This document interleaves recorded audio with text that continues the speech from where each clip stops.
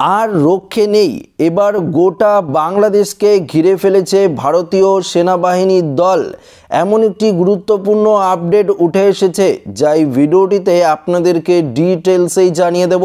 বন্ধুরা, আপনারা প্রত্যেকেই জানেন গত দুদিন ধরেই বিএনপির দল আগরতলাকে ঘেরার জন্য তারা কিন্তু দল সংগঠন নিয়ে ক্রমশ বর্ডারের দিকে এগোচ্ছিল, কিন্তু ভারতীয় সেনাবাহিনীদের এই যুদ্ধ পরিস্থিতি অবস্থা দেখে তারা কিন্তু স্থির হয়েছে, আর এগোচ্ছে না। তো বুঝতেই পারছেন ভারতীয় সেনাবাহিনী এবার কিন্তু গোটা ভারত বাংলাদেশ বর্ডারের সংলগ্ন এলাকায় পৌঁছে গেছে তাদের সমস্ত যুদ্ধ যে সামগ্রী রয়েছে সেই সামগ্রী নিয়ে। তাহলে কি এবার যুদ্ধ পরিস্থিতি আসন্ন? সামনে কি তাহলে যুদ্ধর পরিস্থিতি হতে পারে? এই নিয়ে আপনাদেরকে আরও ডিটেলস জানাবো। তার আগে গুরুত্বপূর্ণ কি আপডেট চলে এসেছে সেটা আমরা এক নজরে দেখে নিই। বাংলাদেশের চলমান অস্থিরতা ও হিন্দু নির্যাতনের জেরে তলানিতে ঠেকেছে ভারত ও বাংলাদেশের যে দ্বিপাক্ষিক সেই দ্বিপাক্ষিক সম্পর্ক। তার মধ্যে ইসকনের সন্ন্যাসী চিন্ময় দাসের গ্রেপ্তারির পর আরও জোরদার হয়েছে সংখ্যালঘু হিন্দুদের ওপর নির্যাতন। সেটা আপনারা কিন্তু ক্রমশই জানেন যে ইসকনের যে সন্ন্যাসী ছিল চিন্ময় কৃষ্ণ দাস, তার গ্রেপ্তারির পর সংখ্যালঘুদের ওপর, হিন্দু যে সংখ্যালঘু রয়েছে বাংলাদেশে সেই সংখ্যালঘুদের ওপর যে নির্যাতন সেটা কিন্তু ক্রমশই বেড়েছে। সে দেশের সমগ্র পুলিশ প্রশাসনের তরফে কোনো রকম সহযোগিতা না পেয়ে রীতিমতো আতঙ্কিত বাংলাদেশের সংখ্যালঘু হিন্দুরা। সেটা আপনারা প্রত্যেকেই জানেন যে বাংলাদেশের সংখ্যালঘু হিন্দুদের ওপর যে হারে অত্যাচার করা হচ্ছে সেই পরিস্থিতি আপনাদের প্রত্যেকেরই জানা। তার মধ্যে ভারত বিরোধী জিগির তুলে দিয়ে সাম্প্রদায়িক হিংসা আরও উচ্চতায় নিয়ে গিয়েছে প্রতিবেশী দেশের জামাত সহ বিভিন্ন মৌলবাদী সংগঠনগুলি। বিভিন্ন মৌলবাদী সংগঠনগুলি কিন্তু এই যে পরিস্থিতি সেটা কিন্তু আরও চরমে নিয়ে চলে গেছে। তবে ইতিমধ্যেই এমন অবস্থায় চুপ করে বসে নেই নয়াদিল্লিও। সংখ্যালঘু নির্যাতন ও ভারত বিরোধিতা নিয়ে ইতিমধ্যেই কড়া বার্তা দিয়েছে ভারতের বিদেশ মন্ত্রক।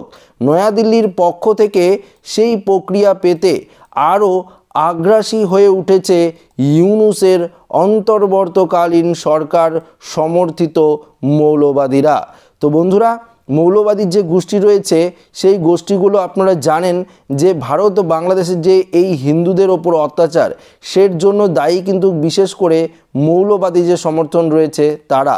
দেখুন বন্ধুরা, এখানে কি বলেছে, সুপরিকল্পিতভাবে হিন্দুদের ওপর টার্গেট কিলিং শুরু করেছে তারা, ভাঙচুরও চালাচ্ছে। দেখতে পাচ্ছেন যে এখানে পরিষ্কার বলা হয়েছে ভাঙচুর চালাচ্ছে একাধিক মন্দিরে। আপনারা প্রত্যেকেই জানেন বাংলাদেশের যে হিন্দুর যে মন্দির রয়েছে সেই একাধিক মন্দিরে কিন্তু ভাঙচুর চালাচ্ছে, যা নিয়ে আতঙ্কিত বাংলাদেশের হিন্দুরা। এমন অবস্থায় পরিস্থিতি নিয়ন্ত্রণে আনতে বিকল্প পথের কথাও ভাবছে ভারত। বিভিন্ন সংবাদ মাধ্যম সূত্রে খবর উঠে এসেছে। কি খবর উঠে এসেছে এবার আপনারা বিস্তারিতভাবে জানতে পারবেন। উত্তর পূর্ব ভারতের অসম মণিপুর সংলগ্ন বাংলাদেশ সীমান্তে বিপুল সেনাবাহিনী মোতায়েন করেছে ভারত। সংবাদ মাধ্যম সূত্রে জানা গিয়েছে ইতিমধ্যেই বাংলাদেশের চট্টগ্রাম জেলা সংলগ্ন সীমান্তের কাছেই প্রায় ৩৫,০০০ সেনা কিন্তু মোতায়েন করা হয়েছে। সেই সঙ্গে বাংলাদেশের দিকে তাক করে রাখা হয়েছে পিনাকির গাইডেড মিসাইল, অর্থাৎ একটি পিনাকি গাইডেড যে মিসাইল রয়েছে সেই মিসাইলও কিন্তু বাংলাদেশের দিকে তাক করে লাগানো হয়েছে, যার রেঞ্জ রয়েছে ৭০ থেকে ৭৫ কিলোমিটার। প্রয়োজনে পরমাণু অস্ত্র বহনও সক্ষম এই ক্ষেপণাস্ত্র। ইতিহাসে প্রথমবার বাংলাদেশ সীমান্তে ভারতের এই বিপুল সেনা মোতায়েন নিঃসন্দেহে উদ্বেগ বাড়িয়েছে ইউনূস সরকারকে।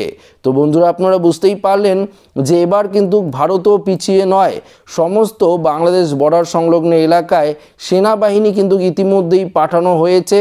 সমস্ত যুদ্ধ সামগ্রী নিয়ে সেই সেনাবাহিনীর দল আস্তে আস্তে কিন্তু পৌঁছে যাচ্ছে বর্ডার সংলগ্ন এলাকায়। তো আশা করি আপনারা বুঝতেই পারলেন এই ভিডিওটিতে একদম ডিটেলস আপডেট আপনাদেরকে জানিয়ে দিলাম। এবার দেখার বিষয় কি আপডেট আসে পরবর্তীতে, সেই আপডেটও আপনাদেরকে ডিটেলস আমরা জানিয়ে দেবো। তো আশা করি এই ভিডিওটি প্রত্যেকের ভালো লেগেছে। ভিডিওটি ভালো লাগলে লাইক করবেন, বন্ধুদের সাথে শেয়ার করবেন, নতুন হয়ে দেখলে চ্যানেলটিকে সাবস্ক্রাইব করে নেবেন। ধন্যবাদ।